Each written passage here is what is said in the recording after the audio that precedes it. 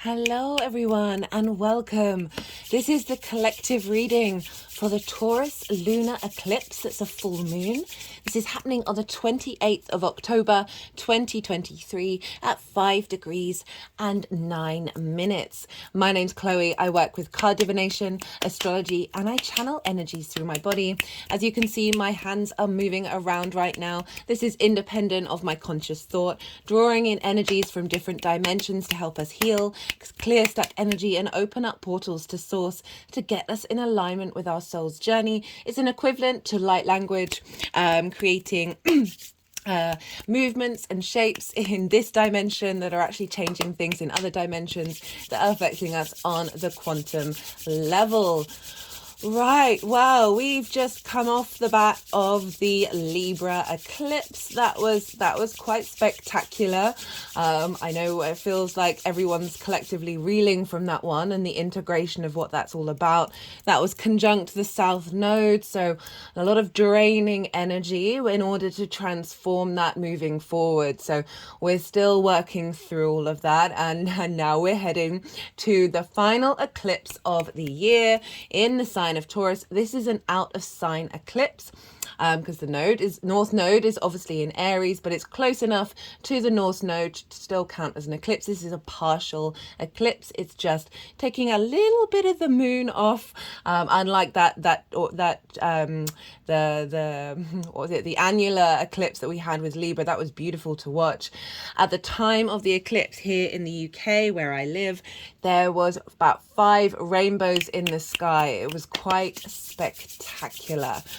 Right, a Taurus lunar eclipse. Well, as I said, this is closing out the cycle of the Scorpio-Taurus axis that we've had for the last 18 months. Those were big eclipses. They were in fixed signs. Fixed energy can be a little stubborn, can find change difficult, right? Of all the modalities, cardinal, fixed, and mutable, fixed is the one that struggles. And so when we have eclipses in those signs, that can feel just like it's grinding your gears to get that action moving.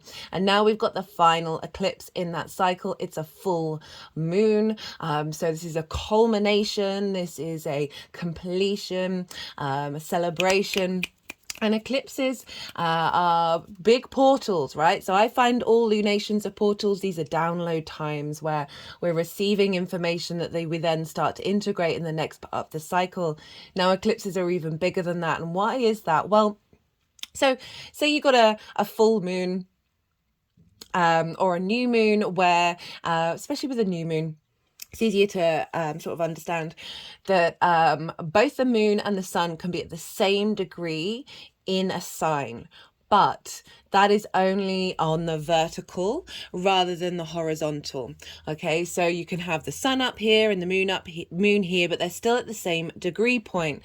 Now, eclipses are always when they are exactly the same in both the horizontal and the vertical. So this is when the sun and the moon are coming together in time and space at the exact point and are matching one another. And so this is why eclipse energy is big energy. It's very transformational. It marks big cycles, endings, new beginnings that are more connected to sort of more karmic energy, right? Bigger energy than perhaps your day-to-day or your average lunation.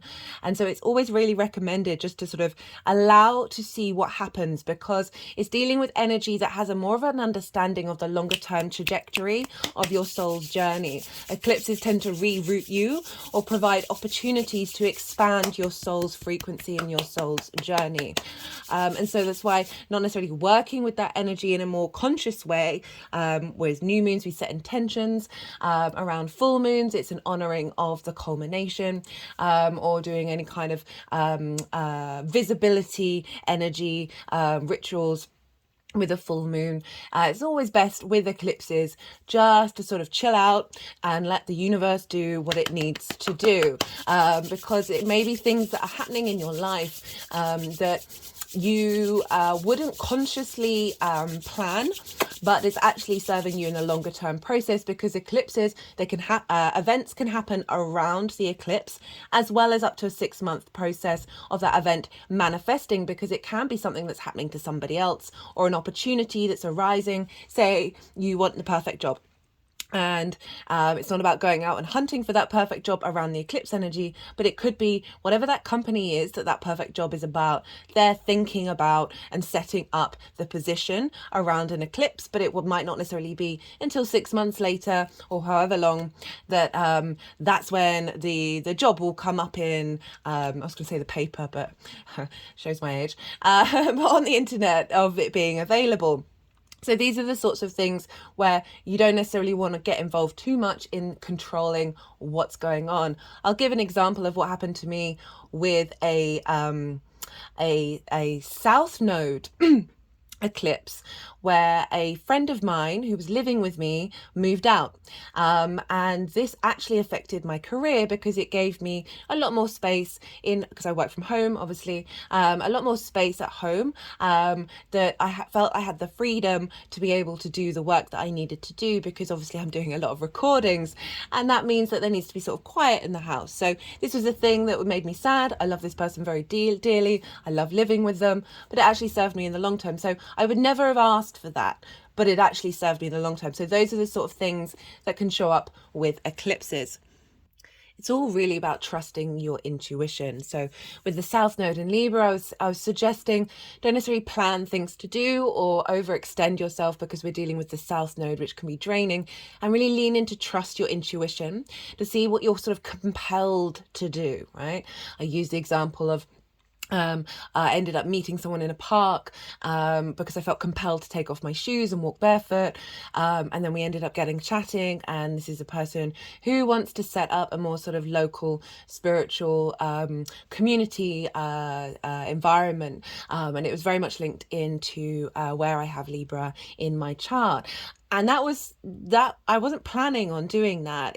I got completely rerouted and ended up walking through the park rather than doing the things that I wanted to do because of closures and things not being available. And but I was very, like, the energy of what you're being compelled to do is very strong, and I was always saying, like, lean into that compulsion energy, and it all depends on your level of the inner work that you've done. We've all got trauma responses and limiting beliefs that can feel like they're compulsions, but they're actually response mechanisms to old formats. But if you're sort of aware of those things that you have within you, then you can be a bit more discerning around, okay, what is it that I'm being compelled to do in this moment? Is it linked into something bigger than myself, or is it linked into things that I need to work on? Either or, they're both great lessons to learn from. But those sort of things of just seeing what naturally comes up, and working with that energy rather than trying to control situations and have a sort of stronger in planning intention. It's more about going with the flow with this energy. So this is a full moon in the sign of Taurus, and this is this one's quite powerful. I can't lie. There's an intensity coming up here with this full moon, as well as a discombobulation. And that sort of ties in with what I was talking about with the new moon that we had in Taurus season, which wasn't an eclipse. And for those of you regulars, I've been talking a lot about the cycle from the Aries hybrid eclipse new moon that we've had. And with each new moon, we've been instigating new levels of soul integration. Now, though, with the Taurus one, that was our soul integrating in our physical body. Right, we were instigating that cycle, and obviously these things take time, right? But now we've got the full moon. So new to full moons, these are parts of cycles. If you think about the plant cycle, right? So from the new moon to the full moon, this is when the leaves of plants start growing. They start pulling outward into the world. It's sort of the more visibility of the sun. You're being compelled and drawn towards it. So the plants go upward and outward. And so the full moon is the completion of this cycle. From that new moon, where the shift from from the full moon to then the new moon, this is when the roots get developed. So everything that we learn, right, how do I start this? So we've been growing and growing and integrating that which of the strengths of the roots that were implied at the new moon, and now so up until this full moon, we've been growing outward, we've been figuring things out, we've been expanding and working with our physical senses, Taurus, feeling and figuring out what pleasure means to us, with a great deep sense of wisdom. And I'll talk about why, because Jupiter's involved later on in the reading. And with this full moon, it's a completion of that outward expression, right? It's an acknowledgement of the end of that part of the cycle, of a celebration of all the expansion that's been happening. And then from that full moon to the new moon that we'll have next year, this is when we pull it all down. We draw it down into our roots, everything that we've this growth that we've had. Now it's about the incorporation of it and making sure our foundational structure is really strong. So this full moon, this completion, this eclipse is acknowledging everything that we've gone through. It can be a big ending that's happening in your life, wherever that falls in your chart, speaking of which there will be an all 12 signs video series, as well as an honoring and a celebration of all the work that you've been working through and everything that we've been doing collectively, of figuring out how do we slow down. How do we slow down in this very, very busy world? And even if we've just made baby steps with that, that's still a huge amount of progress, considering society's setup is very much in alignment of control and keeping us out of the present, and not giving us space to think and pause and therefore connect to our soul and connect to source, right? It's a real disconnect. I'm not discrediting technology. Technology is amazing, but all the tech companies, families, all the people in tech companies, they make sure their children don't have access to phones, right? As simple as that. Okay, the people putting out this technology and the way that it's designed and structured in its current format, right? These things need to break down and realign themselves into the human psychology that is nourishing rather than beneficial. Rather than beneficial to the companies that just want you to be buying or consuming or thinking about the future or the past or whatever it is, just that disconnect from the present. Bear in mind, they make sure all their children do not have constant access to the technology that they are promoting. Right. Oh, I'm getting a bit spicy. This usually happens when I'm doing Scorpio readings, the Scorpio lunations. Obviously, the sun is in Scorpio at the time of this Taurus, so some of that energy is really strongly coming through, and it's even stronger for this lunation. And I'll explain why as I go through the technology. Well, astrology is just a form of technology to help us understand the energies that are at play. I'll go through the astrology. So there's this sense of we've been gradually trying to embody in our soul, right? How do we physically feel about things? What are our senses trying to tell us? Taurus is the personal, individual earth sign. It's ruled by Venus. She wants us to feel good in this 3D world, but it's fixed energy. So there's a sense of longevity required or wanting to establish. It's not just about the immediate gratification. It is about consistency. It is about keeping going, this momentum going, and implementing a new dynamic that is serving us for the long term, right? And so now we've got this full moon, we've got this culmination of what we've been practicing, what we've been working on. Perhaps you've been spending more time, I suggested in that new moon video, barefoot on the ground, right? Grounding is such a vital part of our experience right now, because we're so disconnected from it, and we're so in the air elements, we're so in the mind space. And this motivation, this constant need to keep going. We can still acknowledge that everything is constantly changing while being that uniquely present part, that consistent part of being present in our day-to-day. Right, let's crack on with some astrology. So the moon is in Taurus. She's exalted in Taurus. What does that mean? Well, each planet, each celestial body has a sign that they are exalted in. Exalted means raised on high. So the highest vibrational frequency of that planet gets activated when it's in that sign. So the moon is linked into our intuition. Its home is in Cancer. There's a need for a sense of security. Cancer is obviously linked into the home. A sense of safety, because the moon is constantly in fluctuation, that often it seeks the thing that is opposite to it. There's a sense of where our needs being met or not being met. How do we nourish ourselves and those around us? And so in the sign of Taurus, it's in the land of Venus, and Venus, as I said, wants us to feel good. So when the moon is in Taurus, it's sort of giving that, and it's fixed energy, right? And the bull represents fertility and abundance. It was very much used as a symbol of strength. Very interestingly, we have the warrior here with a bull skull. I will, these are the oracle cards. I always pull them before the collective readings. We'll see if they want to come up during this reading. It might be that they want a separate video just to do the transmission. These two cards, the thread and the mystic, they came out twice. I put them back and they came out twice. So they really wanted to come through this very strong message. And we've got Mars, Jupiter and Venus right here, all working together to facilitate growth and a sense of expansion in the downloads that we'll be receiving for this full moon. So what was I talking about? The astrology, the exaltation of the moon.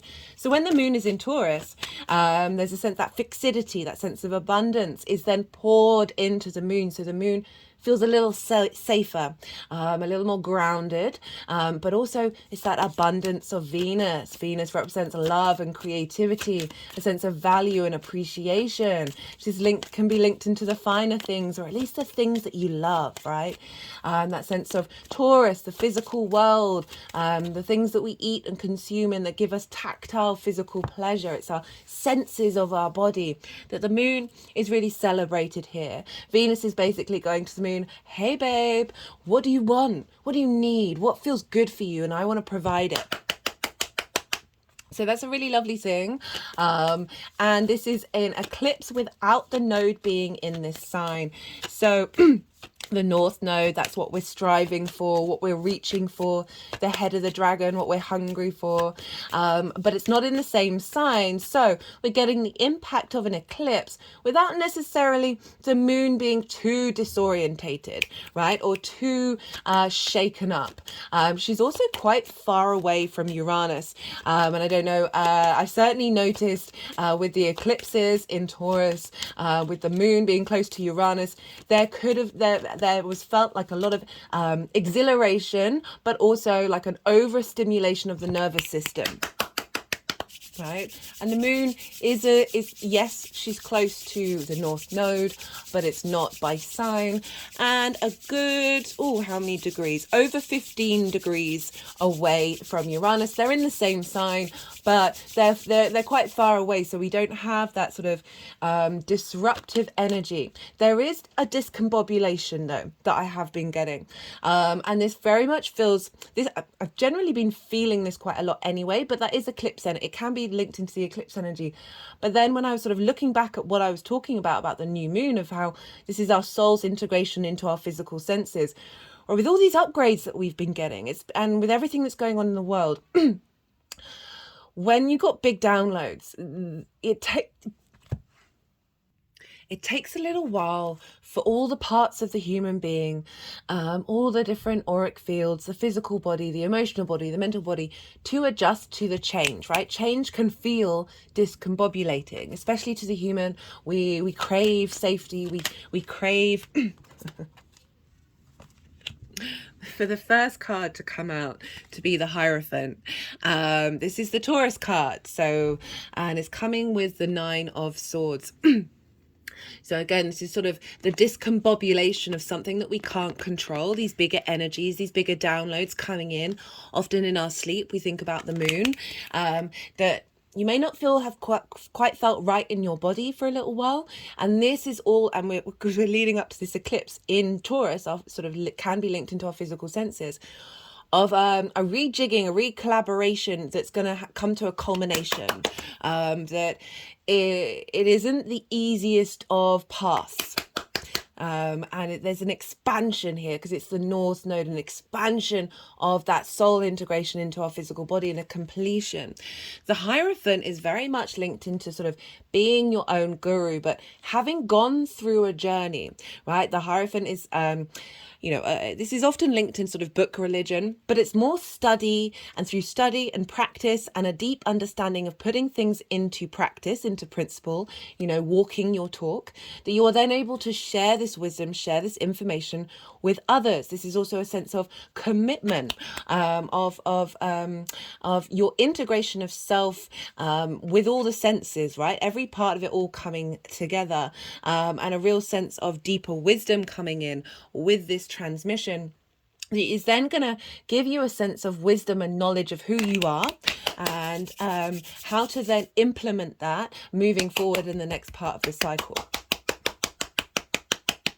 It's also linked into tradition, right? And social structures, of the traditions and social structures that have come through from the different soul journeys that you've been on, and incorporating that. They're really wanting just to focus on these sort of 9 swords and them being upright, and how that this integration of all these different past lives can be like, what is going on? This feels very out of sorts, out of kilter, but through that journey we do find that deep wisdom, we do find that understanding. It's just gone over the karmic release card, the Chamber of the Violet Flame, which is saying radical transformation is coming through with this full moon, this completion, this expansion of self. And so, so the moon is in Taurus and is conjunct Jupiter. So Jupiter is all about wisdom and expansion. Jupiter is retrograde at the moment. So we've really been going inward and questioning things and going into the depths of who we are in the Taurian area of our lives, into what is it that this slowing down, this desire of through that slowing down motion, that is when the wisdom comes through. That is when that sense of connecting to the present.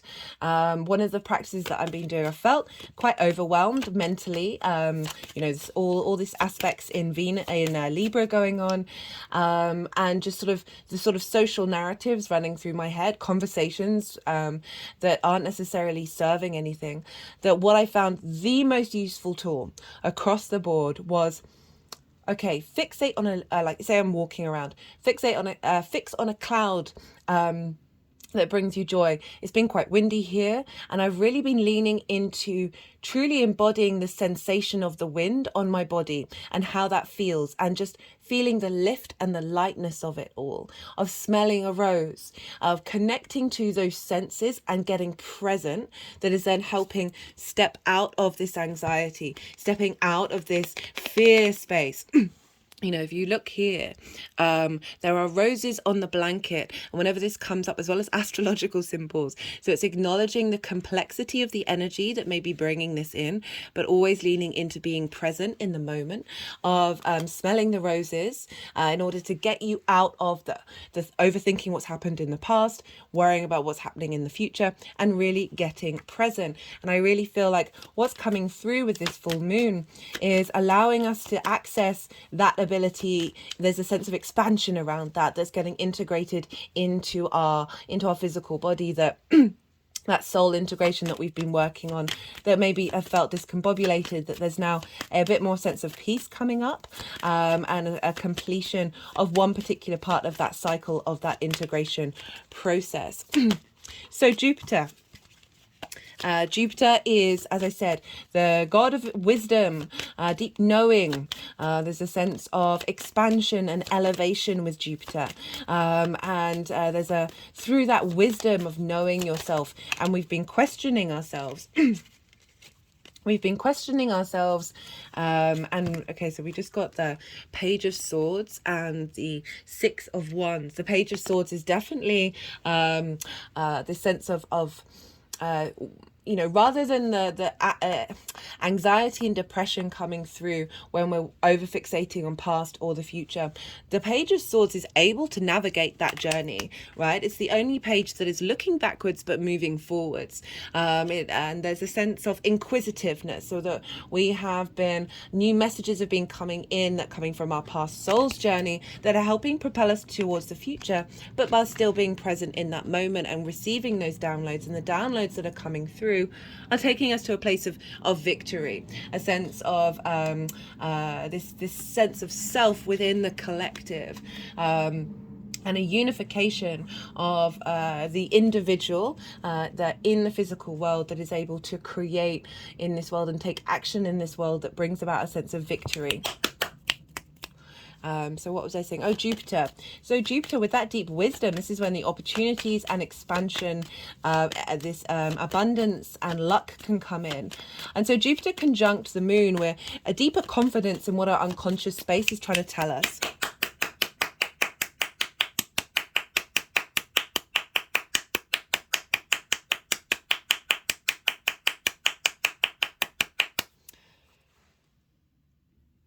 You know, that retrograde of Jupiter is that going inward, and Jupiter and the moon is our unconscious space, our intuition, an expansion of our intuition that is helping release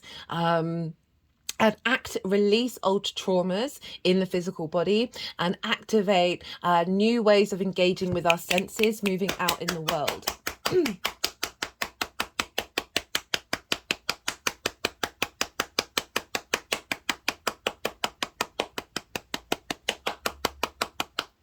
Another practice that I've been doing at the moment is when something's going on, is saying I am neutral. In my mind, I am neutral. And more often than not, after I've done that, the first response my body has to that activation of neutrality is a smile. And it's blown me away that is the most, once we go into that neutral state, that is the easiest pathway for us to access. Which is counterintuitive to what this card showing up is saying, right? Of that conflict, that fear mentality. So we've also got the Five of Swords while I was saying that, but it's wanting to come up in reverse. So the Five of Swords is like the bully and the victim, right? Both of these are trauma cycles that we can get stuck in, right? Often the bully was bullied at home. Victim mentality is an easy, safe place for us to be and stay in, because it's not actually being proactive or breaking out. These are both fear states. And this is a mental fear state. This is one, for me, this is one of the most difficult cards in the tarot. There's a lot of discord here. There's a lot of conflict. There's a lot of agitation. And it's coming up in the reverse when I was saying that I am neutral, right? I am neutral. And the smile coming through is it isn't conflict. It isn't fear that comes up. It isn't this aggravated energy that comes up when you step into that neutrality. It is, in fact, that of love, which is the opposite of this card, right? There, you know, we don't, and, you know, the bully and the victim, there's a sense of right and wrong here. There's a sense of, the neutrality is stepping outside of this dynamic. And then when we do that, we then bear witness to what is the feeling that comes after that. And that is the one that is going to propel us forward. So it's just wanting to go, just show you, put it down. I've got my selenite wand here. It's just wanting to go there. And selenite, selenite is one of my favorite crystals. If I ever recommend crystals to people, just the baseline is selenite and tourmaline. They're often very cheap as well, because I don't like recommending things that are too expensive, because we're all in, you know, it's not about the things, it's about the intention behind it. Selenite is very clearing. It's very good at clearing out the spine as well. And doing some healing work around that. It's also very good to sleep with, to help bring clarity and cleansing to your dreams. And just the energy from selenite for me is so smooth and light and nourishing, but there's such a lightness to it that isn't that you can't quite hold on to it. It just feels like you're being embraced, but without anything that's having too much of a hold over you. Right, so what was I talking about? oh yeah, practices that I've been doing with that Jupiter retrograde of through that wisdom of neutrality, you then open up opportunities that come from a space of love. So the moon is conjunct Jupiter. Jupiter makes things big. The North Node makes things big. There's a sense of confidence in understanding and having faith in our unconscious mind, our intuition. The Jupiter conjunct the moon as well is also an activation of our needs being met, our nourishment being met. And bringing about this sense of inner depth, of inner nourishment, because it's a retrograde, acknowledging and highlighting and seeing where our needs haven't been met and finding inner wisdom around providing support for that. Just got the Fool card. So even though this is a full moon and this is a culmination, then that what follows is a new beginning of that activation. And the Fool operates from a heart space, right? Its chest is the first thing moving forward, right? That very vast open heart space. There's mountains in the background honoring the fact that this perspective is coming from a higher place, that higher mind space. There's lots of sun, there's lots of vitality here. We're able to physically move through the world from that space of love, that Venus energy that is providing us with opportunities moving forward. Okay, so what else is going on? So that's Jupiter conjunct the moon. A deeper sense of abundance being embedded in our unconscious mind, into our intuition, into our emotional body, that is providing a release from trauma, that's allowing us to move forward from in a space of abundance and physical senses, finding pleasure in those moments, right? That Venus energy. We've got the Four of Cups in reverse, and now the Four of Cups upright is kind of not being able to tap into joy. There's a sense of melancholy here, but it's in reverse, and it's, so this is, you know, okay, it's wanting to go next to, maybe I'll move this further up, wanting to go so you can remember that they're there, wanting to move away from this sense of stagnation. You know, so often we can sit in that melancholy because we've gone through trauma and we feel like something's not available to us because we're basing it on past experiences. I know I suffer from that. I know countless people who do. But that's very natural because the mind can be a bit of a bully and can go through the easiest mental route, and so it's interesting when you sort of say that you are neutral, the whole thing is neutral. That's when your heart kicks in rather than the mind. So we're clearing away old pathways that have come about through trauma, and clearing away our emotional body that has blocked off our ability to see abundance in every situation, even if it isn't necessarily what we're expecting and hoping for, right? Trying not to get, operating from that full energy, which goes through life experiencing everything, the good, the bad, and the ugly, as if it's a pure, wonderful experience of being alive, right? Alive. Taurus is very much about that, feeling alive on an individual level. Okay, so that's what's going on with the moon. There are other things going on, but I'm in terms of the asteroids, but I'm gonna move over to what's going on with the sun. So the sun is over in Scorpio, and Scorpio, there's another fixed sign. There's intensity here. There's that fixed social water. So these are our fixed social constructs that we have formed, how we feel in a social environment that are fixed and deep within us. As I said, that intensity of Scorpio, this intensity to look into the darkness, to face transformation. These are both yin signs. Yin signs are night signs.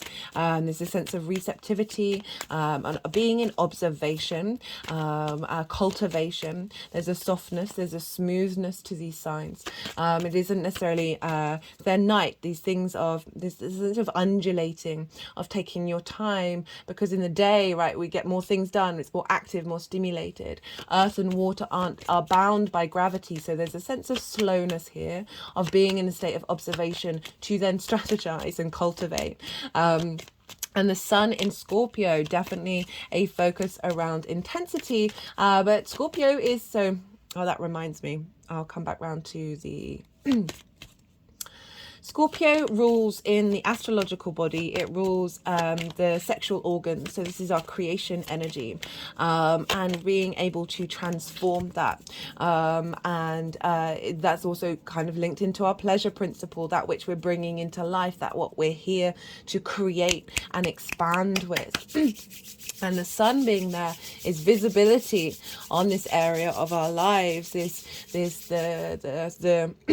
depths of the darkness that Scorpio is prepared to go to is to turn over every stone in order to find the truth of something, to get to the root of it, that thing, the root, the fixed emotions, the root of something. It's not instigating emotions that's cardinal and Cancer. It's not the mutability of the changeable emotions of Pisces, but it's the roots of our societal, social, emotional structures. And the sun is in the sign of Mars, and Mars is in the sign of Scorpio conjunct Mercury. So this Mars-Mercury conjunction, there's an intensity, an ability to look into the dark, the ability to look right at the root of ourselves, of our core emotional being, our core emotional body. Mars is in its own sign. It's very protective. It's very defensive in this space.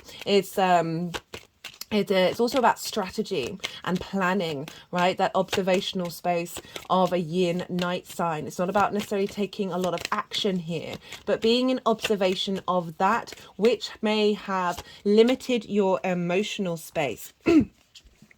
Okay, we've got the devil coming out as I say that. Again, these sort of restrictions, these binds that we have around us on a social level, right? The power and the intensity around this.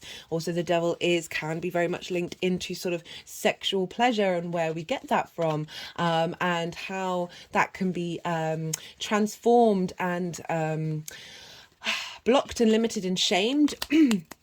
By social structures. But with this devil card showing up, with that Mercury, Mars in the sign of Scorpio, is looking to what has power over you, right? Looking to that which may have a dominion over you, and you need to get to the root of it. You need to get to the deepest depths of it in order to transform that authority, that bind, that sense of there's a lot of virility with the devil, right? It's Capricorn energy. We've got the horns here, we've got the horns there of the bull, that there is a sense of that which has blocked our 3D earthly power, right? The devil used to be Pan. Pan was very much linked into virility, to life, to abundance, to this very sort of primal aspect of creation energy. And it got distorted through shame, through a lot of book religion judgments around what a good person should be, right? Dogma in any form is this, right? We're just heartbreaking. Yes, there are some amazing things in a lot of book religions, but when you start othering other people, when you start chaining other people because they are not doing what you believe to be the truth, and then separating them away from source energy in your mind. We've got a lot of othering going on in the world right now. I'm starting to get angry. I can feel the Scorpio energy within me. I'm getting sidetracked. So Mars conjunct Mercury, there's this state of observation of strategy, and Mars can often be linked into cutting. Mercury in Scorpio is this, where are we collecting information? Where are we finding flow? And what's blocking that motivation? Mars to take action. How Mars and Mercury combined together means this ability to cut through the nonsense, right? To be able to find a deeper sense of clarity in our innate emotional passions, right? Our intensity within us, right? That motivation and drive to defend our inner space, our inner emotional body, and Mercury being able to find where there are perhaps subtle energetic forms happening that have bound us, that have been blocking our ability to tap into our physical pleasure, our physical appreciation of the 3D realm. Because remember, this is all opposite Jupiter, and Jupiter is providing inner wisdom and inner depth to help give strength to the drive and the transformation that Mars and Mercury are trying to activate, and get to the root of things in order to provide abundance and strength within us.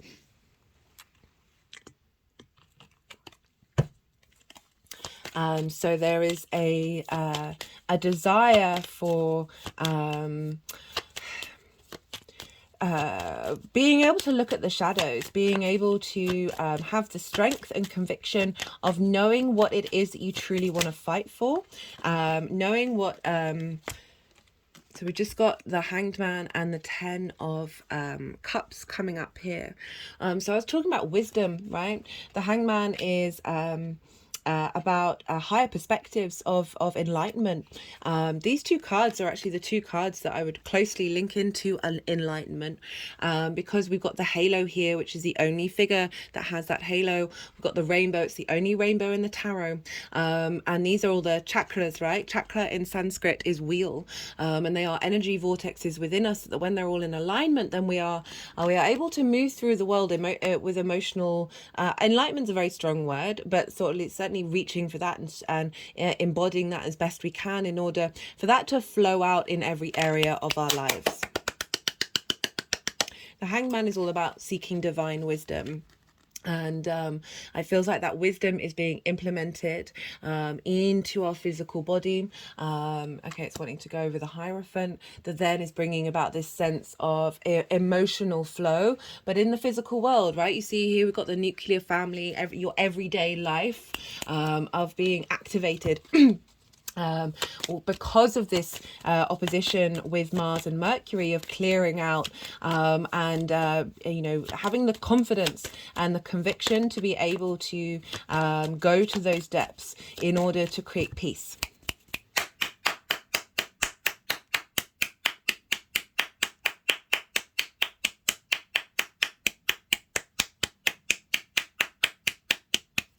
So I just want to read a quote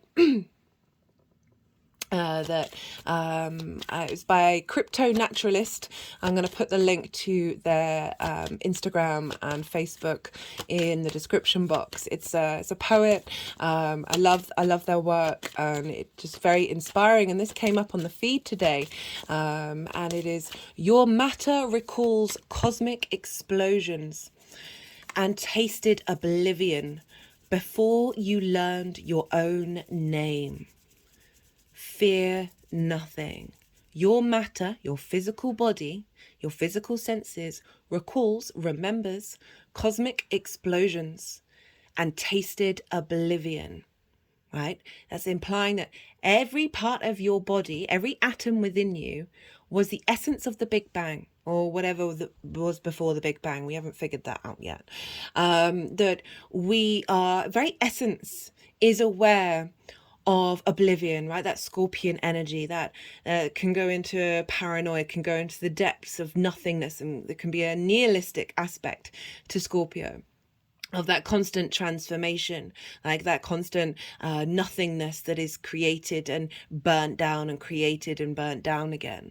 And that explosion, that sort of Mars explosive force of, we have gone through every moment of the universe. We have seen pure destruction that has come into life again, that Taurian energy of it.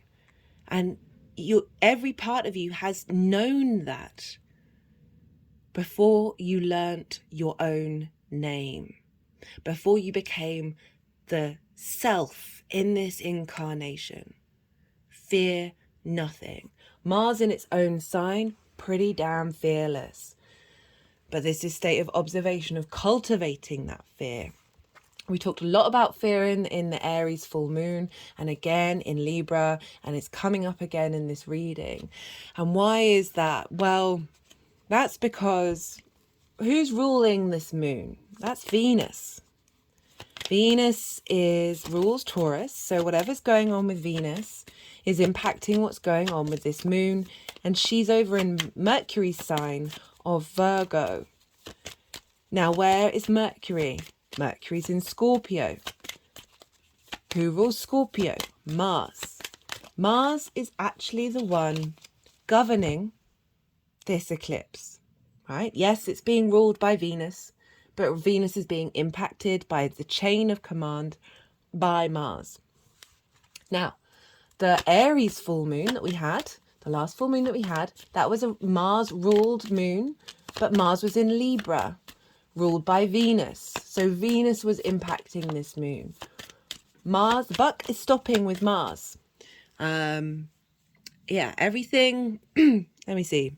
So this means that the whole chart is being ruled by Mars right now, which is why I'm getting a lot more of the Scorpio side of it than the Taurus. And it's through that depth, through that intensity, that going down into the darkness, that we then liberate ourselves, because we become at peace with that oblivion, become at peace with that cosmic explosion of transformation.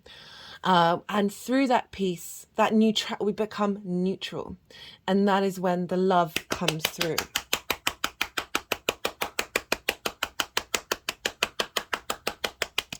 And with this conjunction with Mercury, we're having clarity over that which has had a hold over you.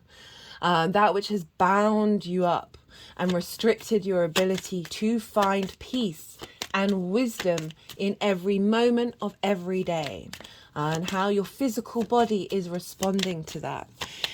So let's go back to Venus. I know I skipped over a little bit, but I just really wanted to hone that in that particular train of messages that was coming up there.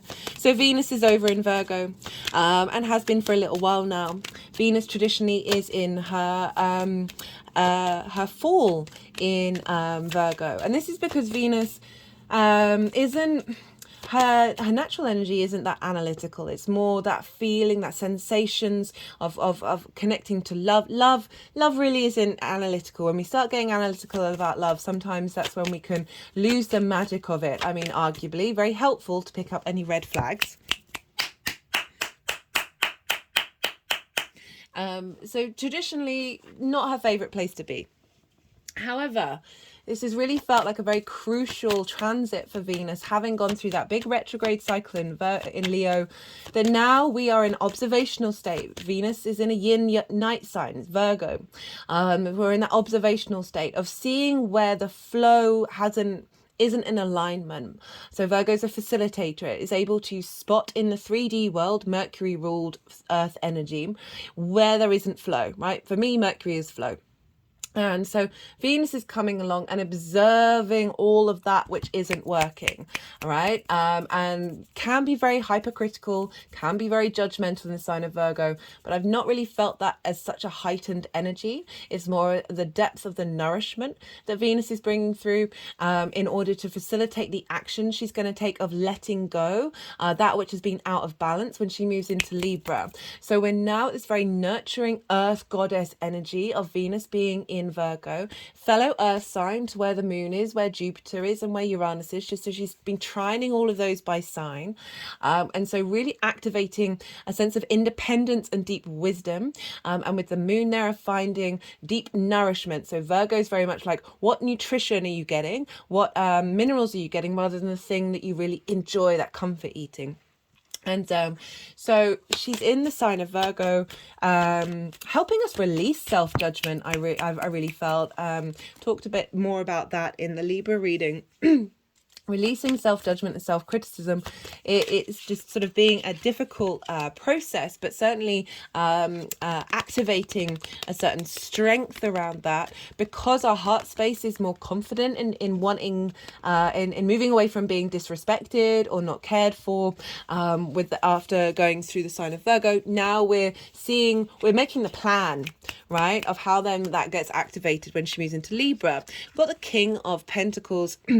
Now, I was about to talk about how the fact that Venus is conjunct Black Moon Lilith. Lilith is very independent energy. She wants us to move away from hypocrisy, from hierarchical structures that don't make any sense. And with the conjunction to Venus of being able to be like, right, how do we apply this of bringing flow and nourishment, and still strengthening that Venus journey of making sure that you are sticking by your guns, and you are strategizing and getting into a space of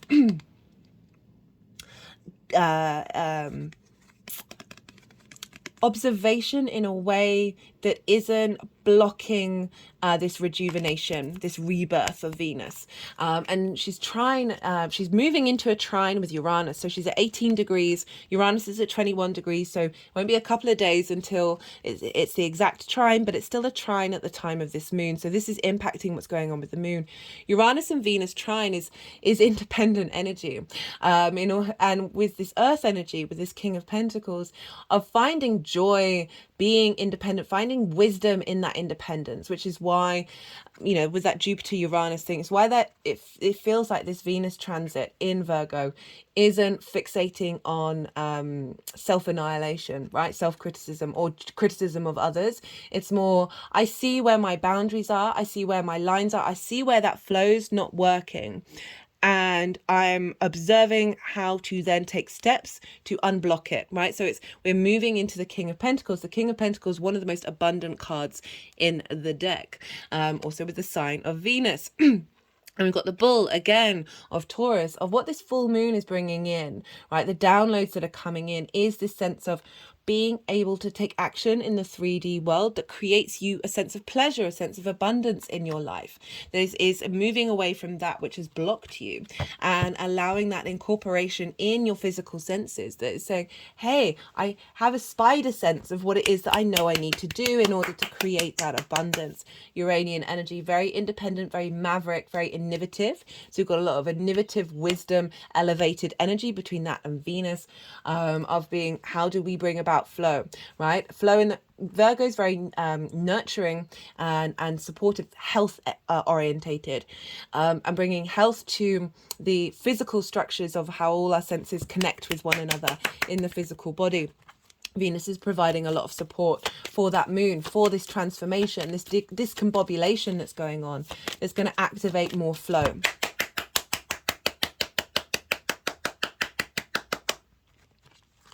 Venus is also sextile Ceres. They're exactly the same degree. Ceres is an asteroid representing abundance, represent nurturing.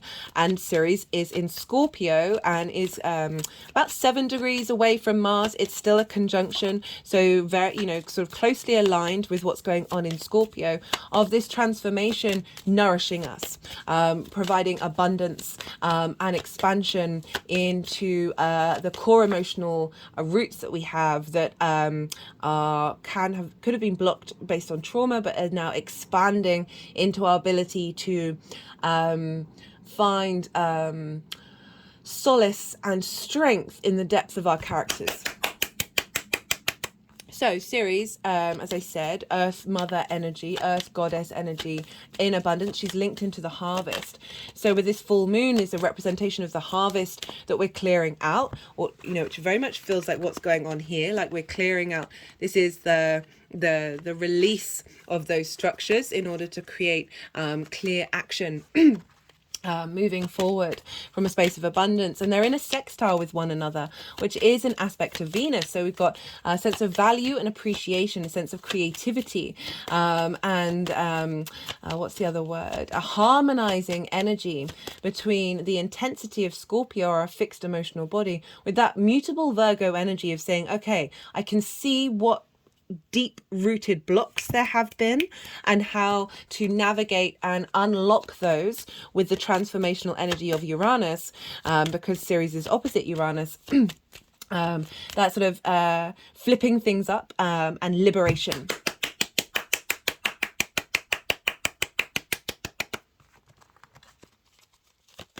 So that's a pretty powerful combination. Venus is also opposite Neptune. This is a very dreamy energy, these two coming together. It feels like the melding of the soul into the body. Neptune is the ability to tap into any reality, really.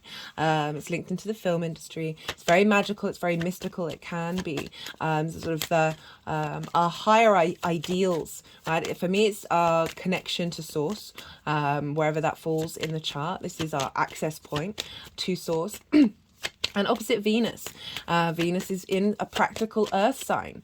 The axis of Pisces and Virgo is practical magic, and Venus is very much about love and connection and harmonizing, and bringing in the wisdom, the expansion of source energy, that sort of higher mystical, magical energy of Neptune, and bringing it into into the physical body. So as I said, that combination of love of Venus in the earth sign, and the magic of love, the melding of the soul, which can often be Piscean energies, very magical.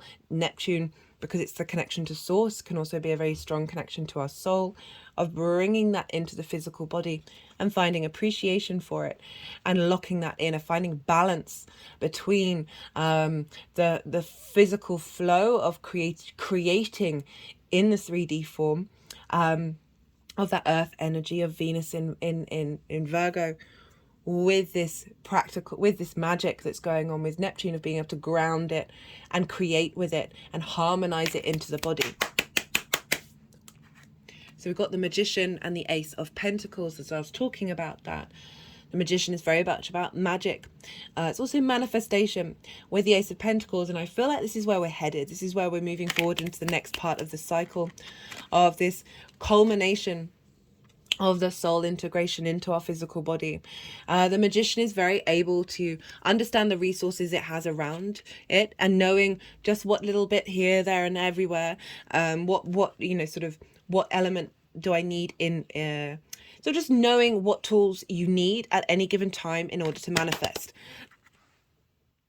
And with that Ace of Pentacles is a new embodiment of magic into your physical body in the 3D realm, right? So highlighting this download, this integration that is bringing about a sense of our ability to then act upon it moving forward. This, as I said, the soul integration into our physical body, right, is then going to help us understand the tools that we have in order to manifest. And this renewal of our soul with this full moon eclipse coming up in the physical world.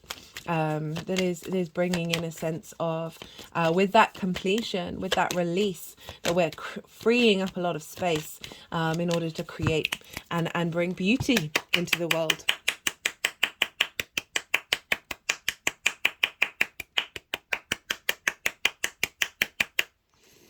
Okay, so let's see if there's any other astrology. I'm trying to keep these shorter About what else do I want to say? So there's a lot of asteroids going on. Okay. Oh, Saturn. How could I forget Saturn? So this moon and the sun are making, well, the sun is making a trine to Saturn. So that's kind of, there's not a lot more to say on that because it's in Pisces and Saturn's coming very close to the end of its retrograde. It'll be on the 4th of November. So it's really stationing right now. And so with this trine bringing elevation, wisdom and expansion, Saturn karma, right, cause and effect, restrictions and boundaries, integrity, legacy, right, keyword for Saturn, integrity and legacy, is trining the sun. So this sense of our vitality, our life force, our purpose, this culmination of what that Saturn's really just re-enhancing everything that I've been saying about what's getting released that isn't serving our legacy. And also what's coming in from that Piscean energy, the very fluky, very magical boundlessness of the collective emotional unconscious, which is basically love and soul and source energy, and this inner clearing that's happening. I'm just sort of tapping over my heart chakra right now. With Saturn retrograde, the inner clearing of those restrictions, of those limitations, and a reopening of, oh, my heart's sort of, I'm kind of sitting like the Fool now, like my chest is like really far forward. An integration of our legacy from previous lifetimes feeding into the moon and the sun right now, and in very harmonious aspects. So giving strength to our integrity to be able to walk our talk and activate a deeper foundational structure of that soul integration. That is, we'll see if that Queen of Cups wants to come out again. And so, yeah, really playing quite a strong role in a positive way that's supporting longer term, slower processes that are being fulfilled right now, that are in alignment with our legacy and our integrity moving forward, even if they might be difficult things that may disappear from your life, that they are allowing new space for new opportunities to come in, as well as an honoring and a celebrating, a celebration of all that your soul's journey has gone on, all that you have gone on in these difficult times, and providing a little bit of a respite, and just giving you strength of character at the time of this full moon that is integrating these downloads. I was just reminded of something that I channeled a little bit before doing this reading, was that Mercury Mars conjunction is very much feels like the shaman coming through and doing a lot of movement in the physical body that is connected to deeper core emotional strengths and traumas, that is activating and expanding on the strength and helping do a lot of shaking and shaking up and getting to the real roots of that which needs to be let go of, right? That which needs to be transformed. What else is going on? Well, we have a sextile with Juno in Virgo. So Juno represents commitment, your ride or die, right? I had the sun conjunct my natal Juno the other day, and the whole day everything was just easier to do. Everything that I needed to do was just easier because there was an element of commitment, right? And when you commit to something, you don't sort of worry about you just get up and do it, but it's not causing any stress in the body. It's not causing any irritation. You're not like, oh, I've got to do it, because that's what you're committed to, and that's what you're standing by. And so why would you waste any other energy? Because it is what it is, right? So Juno is Juno is sextile the sun. So again, finding creative ways of committing to the depth of who you are, trine the moon, inspiring and elevating this soul commitment to integration. We've got the Knight of Pentacles showing up. There's a sense of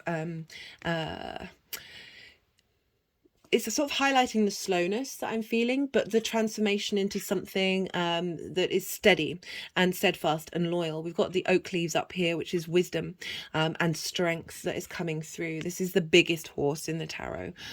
You're getting there. It's not all rushing in. There's a real sense of loyalty that you are able to you know, if you get knocked off that horse isn't running away from you. You're going to be able to get back on it again. And this is sort of acknowledgement of this, going back to that poem that I read, that we are everything. So we're never getting knocked off. We're never not having the support of moving forward. It's just our perspective around it. So Juno is helping give commitment to that. We've also got Vesta. Vesta is about tending to your inner flame. It's about truth and clarity and the domestic inner space and honoring that of devotion. And she's over in Cancer, and she's this is trining the sun, so providing wisdom and elevation of our intuition in this download that's happening, as well as a sextile to the moon. Again, the devotion to our intuition that has been expanding and expanding and expanding, and this is committing, bringing in commitment into our physical form of how that our connection or our understanding of our intuition is expanding and completing a certain level in order to then go further forward from a space of confidence, right, and higher perspective. Okay, what else is going on? Let's see. I think that's almost everything. Yeah. I've put in I've put Pluto in. But it's quite a wide orb. So I put Pluto in this reading because Venus is at 18 degrees, Pluto's at 27. And it's a trine, and so they're 10 degrees away from over 10 degrees away from each other by trine. That's quite a wide orb for a trine. Very interestingly, as I'm talking about that, the Jupiter card came up, and Jupiter rules the trine. So this is the Wheel of Fortune saying fate is changing. Venus is going to be moving into that trine with Pluto a lot. Like, the astrology's been wild over the last 2 weeks, and it's eclipse season, it's natural, but it's also a lot's been going on with Pluto.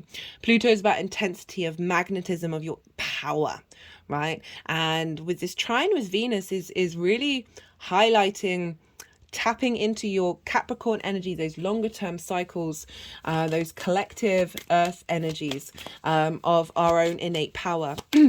And how Venus is facilitating flow with that into our physical body on a personal level. Pluto can dig up riches from the underground and is constantly calling us to look at our fear and transform it. As I said, fear is quite a main theme that was coming up, you know, because we've got this Scorpio element, and Scorpio can be quite paranoid.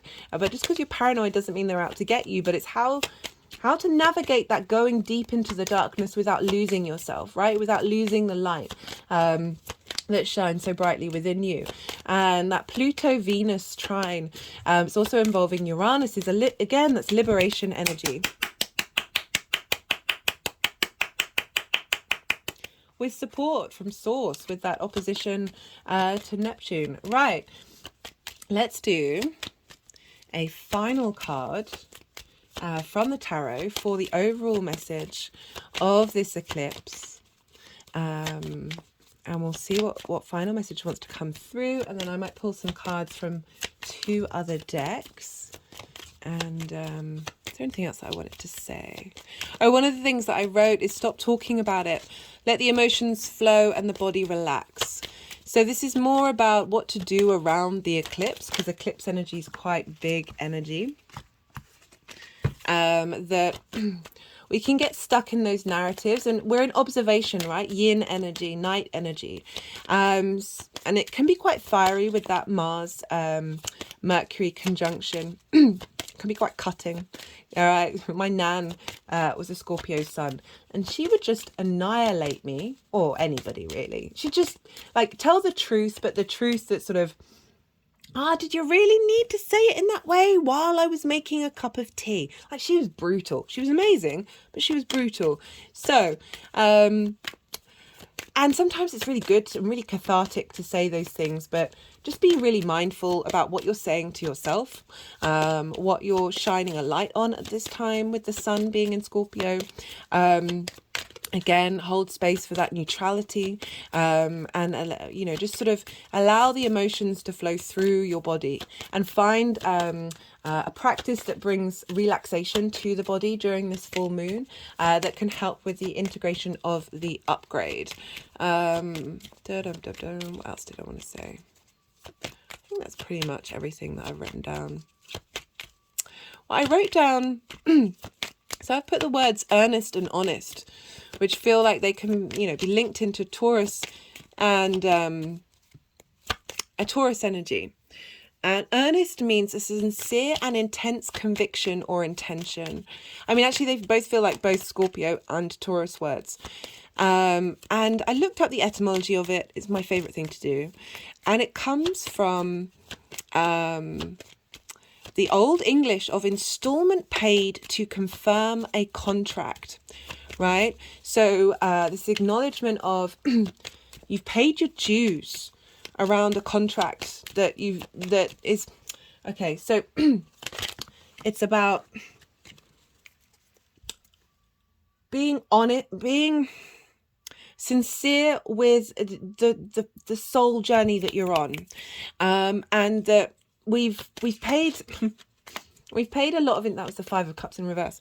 Well, we've paid, it feels like because this is a full moon, we've paid that installment, right? So much of this earthly incarnation at the moment, because earth energy is so heavy, is linked around trauma, is linked around blockages around pleasure, is linked around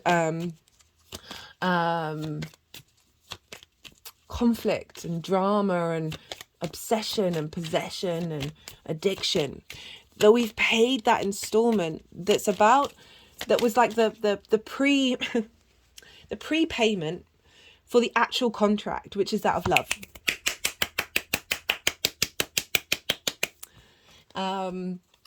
That in Latin it was a pledge.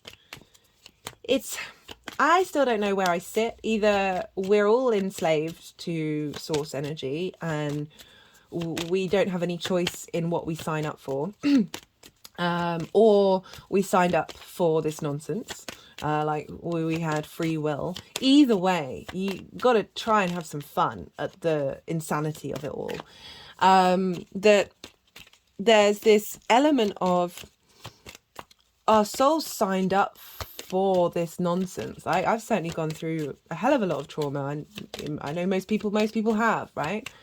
And that can be a really difficult pill to swallow, especially with what's going on in the world. Especially with what's going on in the world. That the Tower will come along and disrupt the foundations, right? So this feels like this was the installment, the trauma pledge. But the roots of foundations of the contract are still standing, and that is of love.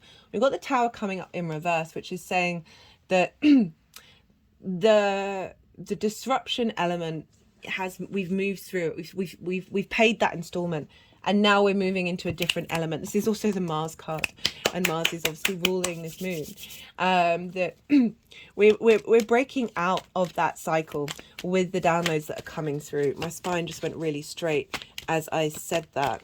That this pledge that we've made, that our souls are signed up for, it's not just it's not just about going through the darkness. We have to remember the other side of that, and that is the love of Taurus. That is that physical experience. As I said, Venus, the main message I always get with Venus, she wants us to enjoy this 3D physical realm, right? The magic and the beauty and the wonder of it, and the love and the creativity of existence. The other word that I wrote down was honest, and this is free of deceit, right? So there's a sense of honor and dignity here in acknowledging all of the darkness within us. And if you like that, you can do that on a personal level, but you can also look to the collective and society and understand where it's all come from and find empathy and love and compassion for it. My hand has just gone over my heart chakra.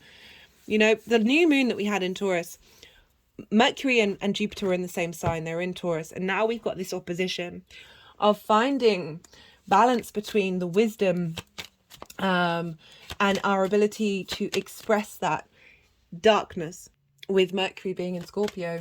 And that darkness is part of the light. It is one and the same thing. And the more that we hide from it and we reject from it, the louder it gets. That we're able to be really honest with ourselves with this download. We're able to see clearly what trauma responses have come up in our physical body and where they are being released. We're able to see the part that we play in it. You know, when we blame everything externally, it's usually because we're hiding from something, and it's moving away from a state of integrity where you can honor that you've been on a journey and you haven't all perhaps been all lightness, and sometimes that's when shame comes in. Okay, they're just clicking over the devil card. You haven't been all light. We've all made mistakes. We've all done things that we may not necessarily now agree with, right? And so this is sort of piggybacking off of the Libra new moon, which is moving away from cancel culture, moving away from things being very not realizing the nuances of the traumas that we've all faced as a society that, as I said, have blocked our pleasure, and finding more integrity in our understanding of that. And through that, we're able to liberate shame, liberate feeling like one person may be the bully and one may be the victim, when we are all of those things. We are everything. Moving away from resentment and melancholy around things not necessarily working out for us, that have been limiting and blocking our ability to create in this world, to bring beauty into this world, finding the beauty in the darkness, and finding that beauty in the darkness that you hold in within your body and allowing it to move through you and expand and release, and transform itself. Because you are honoring it, because you are honest with the reality that we are the universe manifest in universal form, right? In individual form. Oh, it's interesting I said universal form. And that every part of creation is a part of source, right? This sort of unconditional love that source has. And the more that we do that, the the less blockages we have in our body in order to integrate. Okay, we just got the moon, the Emperor, and the Empress as the final message coming through. So this is Aries, also ruled by Mars. We've got Venus, we've got the moon. So there's a real sense of unification of the feminine and masculine within us. A strength of tapping into our flow state, our yin state, our sensitivity, our emotional body, where those needs are being met, and an acknowledgement of where we have come from and where we are now, and how the balance between that, you know, the wildness of the wolf, the tameness of the dog, and how this is a journey of human evolution walking through these two pillars, right? This sort of the duality of it all, and the flow and the sensitivity and the psychic energy coming through in our physical form, allowing us to make the right decisions, the Emperor, based on our own divinity, our own wisdom, that is creating a space of abundance, creating fertility and creation and creativity and beauty into the world. Okay, right, I wasn't about to say I'll leave it at that, but I did want to pull a couple of cards from two other decks. This is the First Light Tarot. Let's see what wants to come through. Message for the collective for this Taurus full moon. We've got Judgment. We've got results, decisions, outlook, finality. Judgment is resurrection. It's finality, of something coming to completion, of being released. It's of a higher vibrational level, that is raising us from the dead, raising wisdom from the dead, raising our past lives into this physical incarnation. Just had an energetic release at that one. There's a angel involved in the Rider-Waite-Smith of that one, of a closing out of old cycles and bringing in of the new. Let's get a final card. This is the Numerology deck. All the decks are in the description box. That's pretty powerful. Judgment coming up, and it's wanting to go over the wheel of fortune, of fates shifting that are more in alignment with our multitude of soul journeys. Ooh, spine's gone straight again. Okay, final message. final.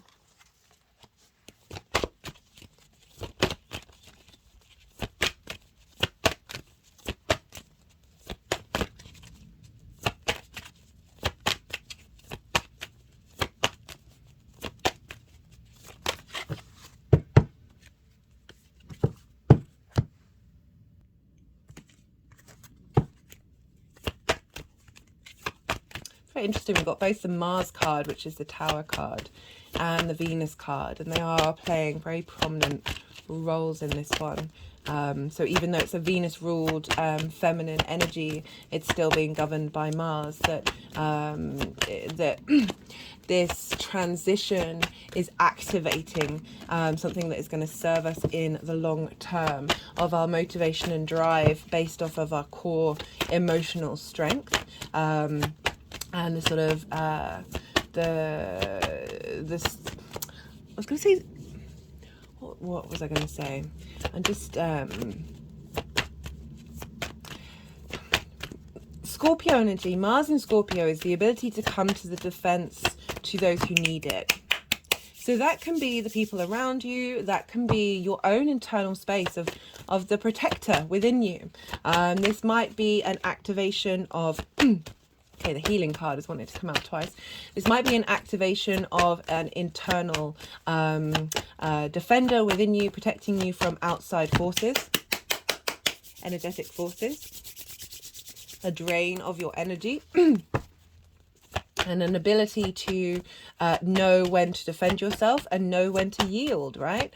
That is highlighting our completion of this particular cycle in regards to our pleasure principle, our physical senses, that we're able to sort of draw the defenses up intuitively in our surroundings, that is allowing us to still be free and be the fool, and there's a sense of naivety with the fool, but with this protection within us, because we've got basically an army coming in. I say army just because it's Mars, right? God of war, of the soul incarnations, the guides, your spirit helpers.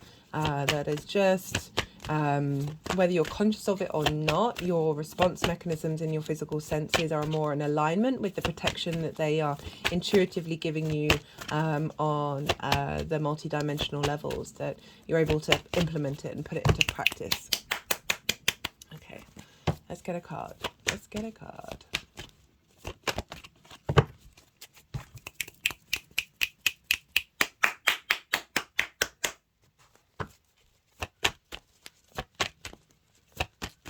Yeah, the claps have been quite loud, especially during that Libra readings, Libra series that I did. Eclipse energy is pretty, there's an intensity there. So I do apologize for any of the loud clappings, but it is just one of the ways that I channel.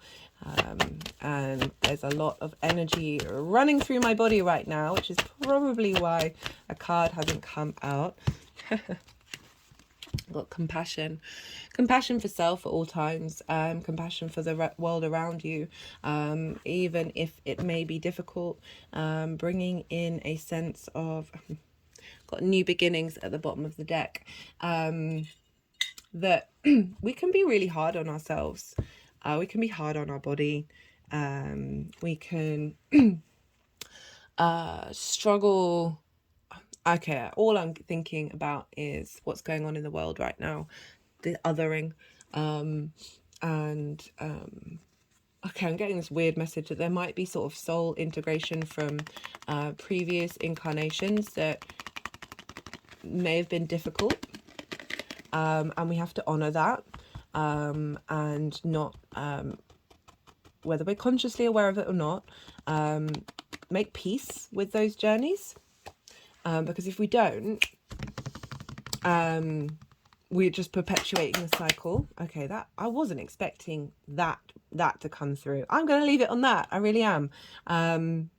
Okay, so the oracle cards didn't want to come out and play. I'll do a separate reading on those. It was, as I said, we've got the warrior linked into Mars, as a mystic linked into Jupiter, and we've got the heart for Venus, and the thread as I said, that came out twice, linking them all together, of, yeah, standing up through yourself through wisdom. I just kept getting the sort of the vision of like the Zen warrior, like the if you think of all those movies where the figure is just sitting there, like there's chaos going on around them and they're just sitting there, and then they get up and they do the moves that sort of knock everybody out but don't necessarily kill anybody, just to bring peace. Okay, so there's a sense of operating from that warrior energy, from a deep space of source energy, come through.